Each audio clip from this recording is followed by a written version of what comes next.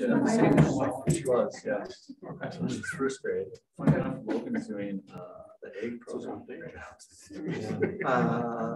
lost their egg teacher.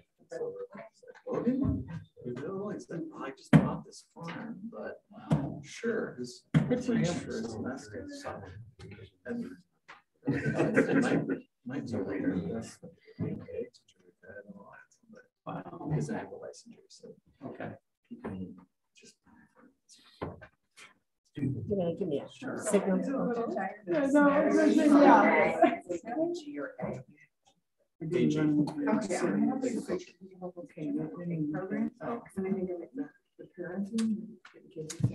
Yeah. I'm not just thinking of very little.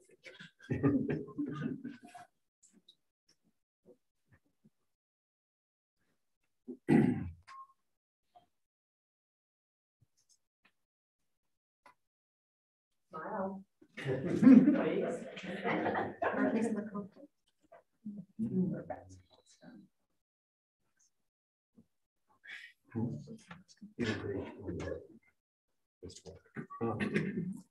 Good afternoon. Thank you for attending today's press conference. My name is Kathy Nathan. I'm a parent representing the Minnesota PTA, and I serve as a school board member in Rochester. Today, I'm standing with school superintendents, school board members, business officials, principals, parents, and others who want to urge the legislature to pay their debt in full this session for special education. We want to talk specifically about what is called the special education cross-subsidy.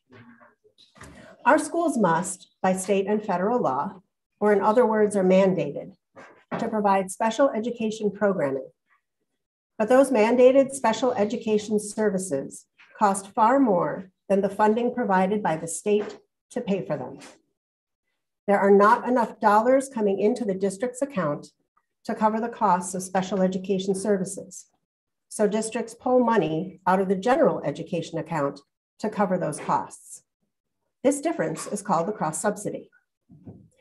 As the map shows, every single school district in Minnesota has a cross-subsidy, not enough money in the special education account to cover services.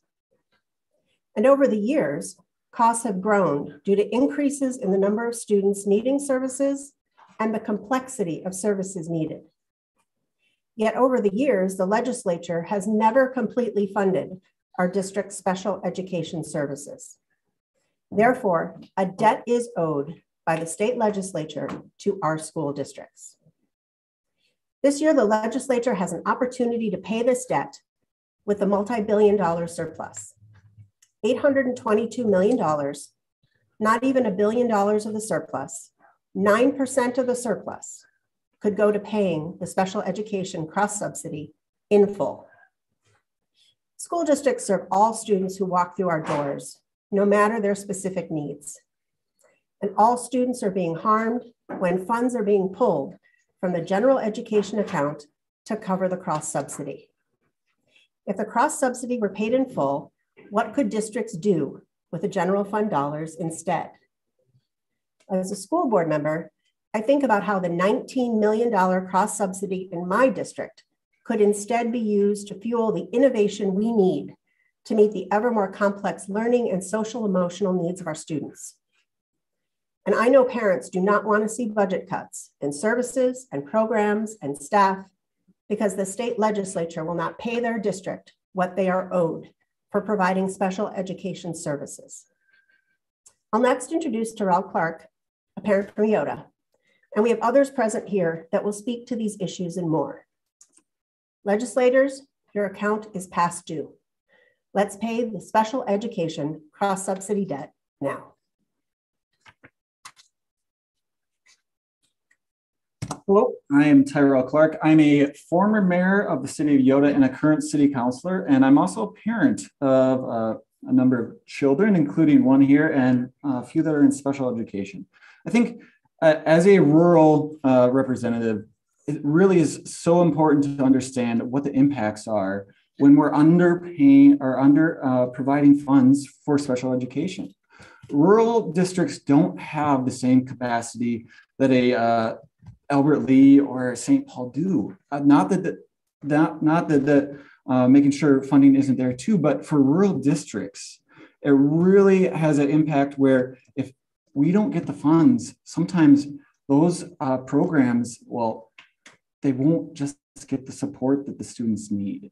And I see this, we have some great special education teachers in Dover Yoda, but at the same time that they need to have all that funding to make sure that we have the paraprofessionals where they need to be, and we have the support for those special education teachers. If that does not happen, it doesn't just impact those students, it impacts the students all across the school district, because your bucket's only so big. And when you're a smaller district, it has to be filled from someplace.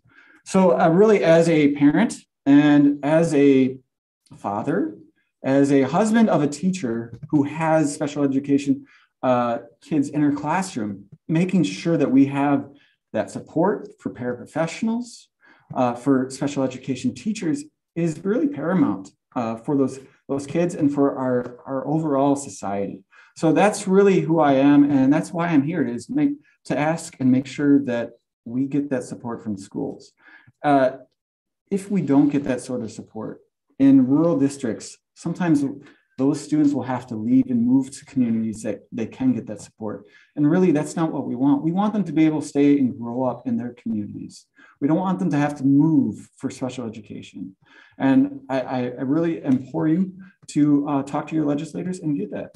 So I'm here to introduce now Superintendent Michael Funk. He's a superintendent of Albert Lee Schools.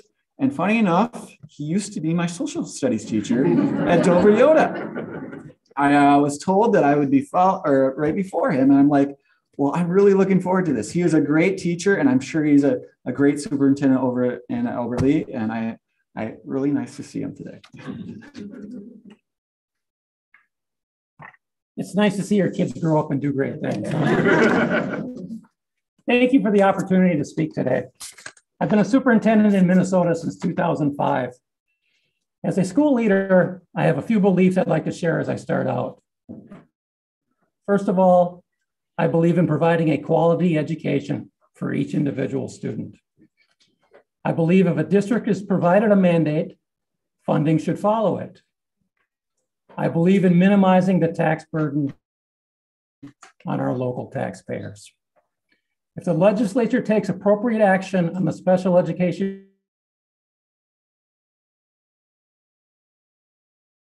cross subsidy, 3,500 students, of which 686 receive special education services of our total population. Our cross subsidy in Albert Lee is $3.93 million budget. We receive local funding through operating referendums or board approved levies in the amount of $3.1 million. Again, our cross subsidy is $3.9 million. Local funding that we ask local taxpayers to support our district because of expenses is $3.1 million. As a result of special education costs exceeding government resources, local taxpayers throughout the state, as you can see with the chart in front of me, are being asked to address the cross subsidy at the district level through board action or voter approved levies, as in Albert Lee. Our taxpayers in Albert Lee have stepped up and passed a levy to cover the cost. There's a direct correlation between the levy and the cross subsidy. Not all communities can afford this, as you just heard Tyrell talk about. This creates an inequity for those districts that have higher special education costs and lower property values. Special education costs, like everything else, continue to go up, as Kathy Nathan mentioned. We're also identifying more students in need of special education services. A primary focus in Albert Lee is to have our students operate in an inclusive environment with their peers as much as possible. We also believe it is vital to work with families to provide all the services needed. For example, we have an elementary student in one of our schools who has been identified as severely multiply impaired. His special need education services include vision, deaf, hard of hearing, speech language, nursing, physical therapy, occupational therapy, developmental adaptive physical education, writing, and he has access to a school social worker. This student is outside of his general education setting less than 20% of his day. He's successful in the classroom with these identified services and paraeducator support, in addition to several accommodations and assistive technology we provide him. As a district and a local community, we are meeting the needs of this and every one of our students. We also believe that the Minnesota legislature has an obligation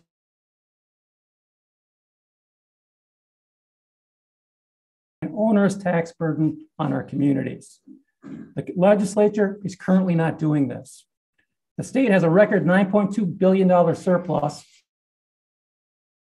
and has a responsibility to pay its debts.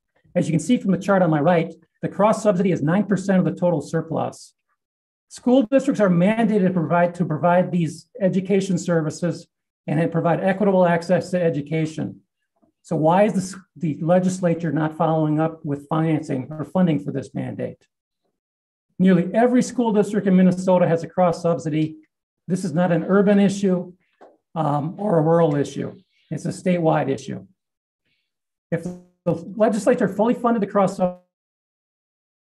subsidy, it would provide much additional revenue for districts to meet the needs of our students, and school boards would have the potential opportunity to reduce board-approved levies. This would provide much needed funding for districts and potential tax relief to local residents and business owners. In closing, I would like to ask the legislature to fully fund this mandate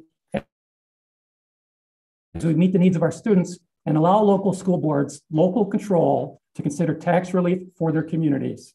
Thank you. I will pass it off to Superintendent Joe Gothard from the St. Paul School District. Thank you, Mike, and thank you all for being here today. St. Paul Public Schools serves nearly 5,600 students in special education, which is about 17% of our population. Public school districts are required to serve students in special education from birth until the age of 22. We have special education teachers in every one of our schools, as well as hospitals, childcare centers, treatment and correctional facilities. St. Paul has 3 schools dedicated to intensive special education programs. Our special ed staff also serve non-public and homeschooled children. 1/3 of our students in special education are also English language learners, speaking 127 different languages and dialects. This requires an additional support for students and families to access services that are in their individual education plans, or IEPs. All public schools are required by law to provide a free and appropriate education. That means we can't say no to any student who comes through our doors. We welcome all students, no matter what crisis, significant health need, or profound disability they may have. Hospitals can say no. We don't have a bed for your child experiencing a mental health crisis. Clinics and treatment centers can say no. We don't have a provider available to serve your child. And the wait lists are several months long. Public schools can't say no. That means that we must be prepared every day to serve the students who are in crisis, who may also be impacted by poverty or homelessness. Our dedicated staff in St. Paul Public Schools provide a high-quality public instruction and special education services, including speech, occupational or physical therapy, social, emotional, and support for learning disabilities, as well as transitional, life skill, and work training.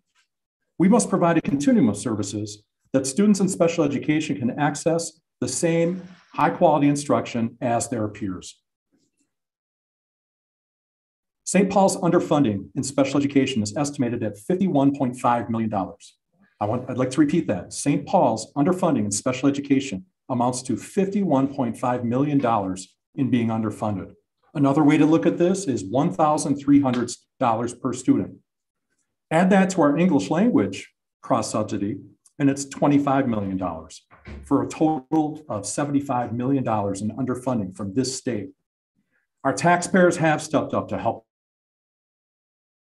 us foot the bill, but the local cost of these mandated services is double what we receive from our referendum.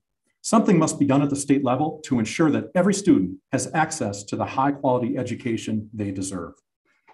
At this time, happy to introduce a partner to me, Leah Van Dasser, who's the president of the St. Paul Federation of Educators. Thank you, Joe. I'd like to start off by saying that we've heard it several times already today. This is a statewide issue. This is not something that happens just in St. Paul, in Minneapolis anymore. This is something that we can experience everywhere in greater Minnesota, no matter the size of the district, no matter the quality of education that everybody is receiving. This has got to be dealt with, and there is a surplus, and this is ridiculous that it's not being dealt with in this manner. If the fully funding special education in St. Paul would allow St. Paul Public Schools to retain, recruit, and invest in critical training for our teachers and our paraprofessionals so that we can provide comprehensive services for our diverse student population.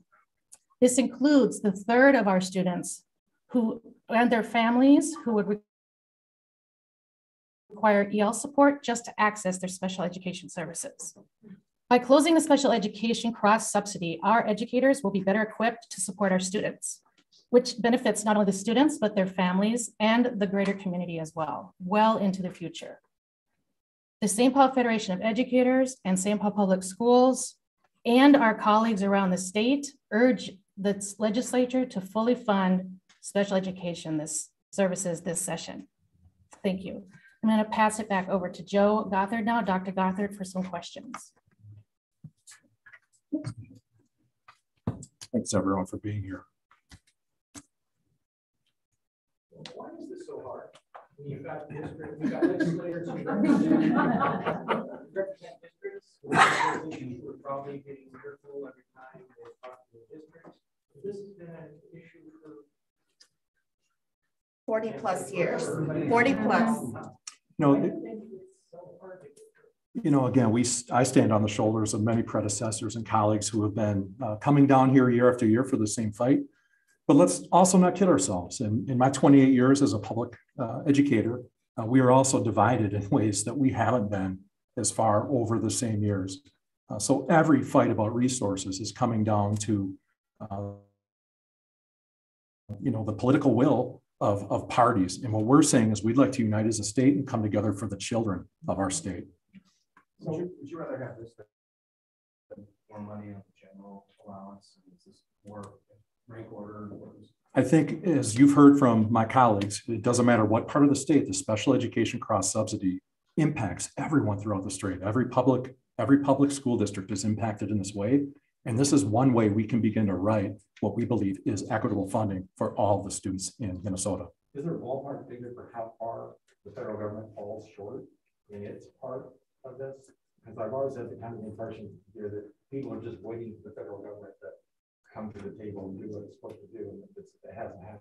How much do they spend? That promise in the 70s about up to 40% of funding for these mandated services has never been even close to being met. So you're right. This is not alone on our state, but again, we have the ability right now to do this.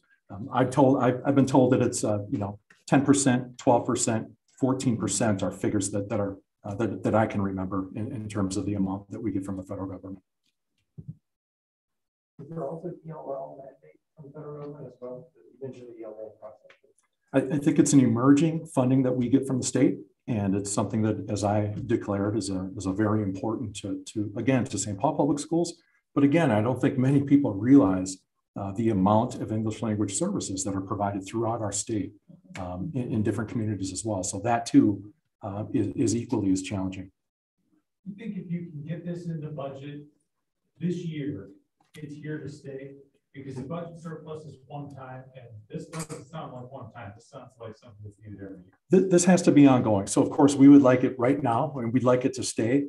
But understanding we've been working for years as well. My 9th year as a superintendent in Minnesota. We've been working to say that, we don't need this all at once. Let's create a plan so that we can be made whole in perpetuity. So while address being tired here, it's like most of you You're not wearing your red tie.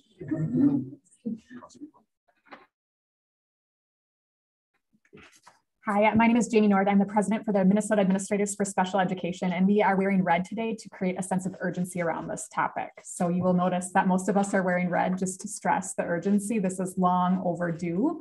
You can see on the sign over here. So that's just to get our point across today. Thank you for asking the question.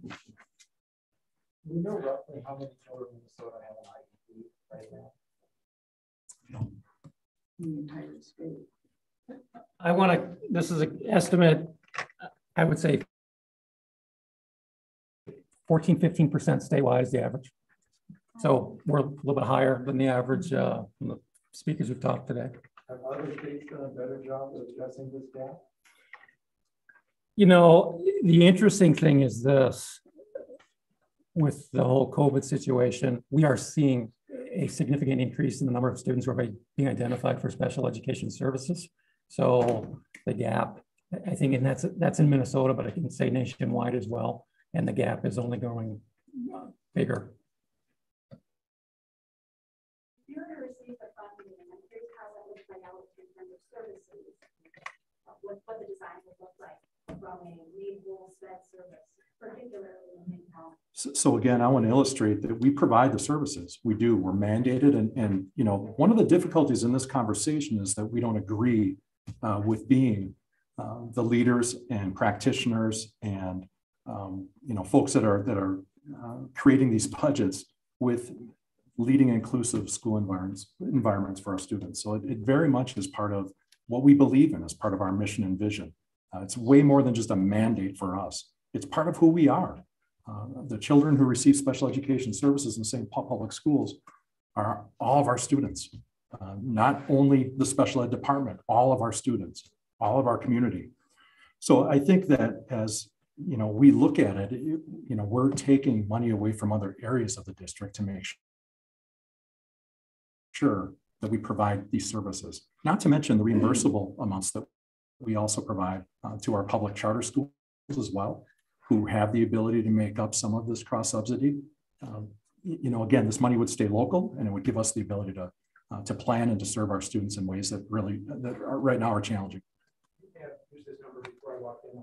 Like, what's the student body estimate for the recipients of services? In St. Paul Public Schools, it's 5,600 students. Statewide, again, 15, 16% of the overall enrollment. That's going to vary district by district, so we think that's a pretty. And we could provide those numbers as well.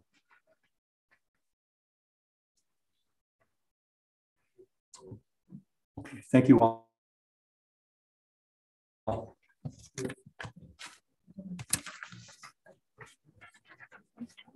Get my sweaty Thank you. very nice. You really, well, you were very measured. Good job, Mike.